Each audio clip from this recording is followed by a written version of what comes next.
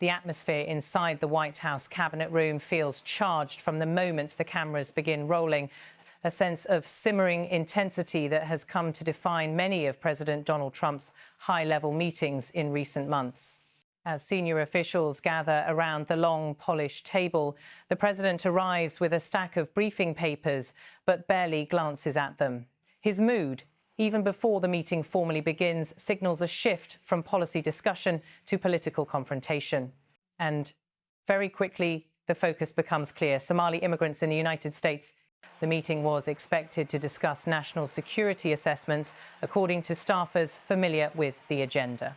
Defence Secretary Pete Hegseth sits near the centre, and several cabinet secretaries and advisers are close by, prepared for a routine review of border security developments. But as the president begins speaking, the tone veers sharply.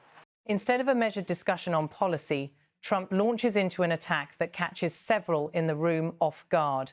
His comments echo a theme he has raised repeatedly on the campaign trail. But the bluntness of his language today draws a different level of attention. "We don't want them," he says flatly, referring to Somali immigrants. The words ricochet through the room, firm, unfiltered, and delivered with unmistakable force. He continues, insisting that Somali Americans contribute nothing, a sweeping denunciation that stuns some of the officials present. These are not remarks crafted for a rally crowd or a political advertisement. They are spoken in one of the most formal spaces of government during an official cabinet meeting. The president's frustrations appear to be sharpened by recent reports highlighting tensions in several Midwestern communities with large Somali American populations. Although the data he cites is vague, he frames these communities as security threats, despite years of evidence from federal agencies showing that Somali Americans have contributed significantly across sectors, business, public service, and the U.S. armed forces.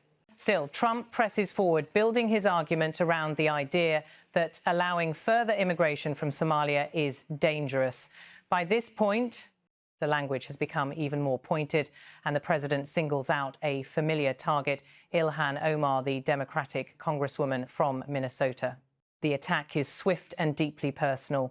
Ilhan Omar is garbage. Her friends are garbage, Trump says, leaning back in his chair while cabinet members shift uncomfortably.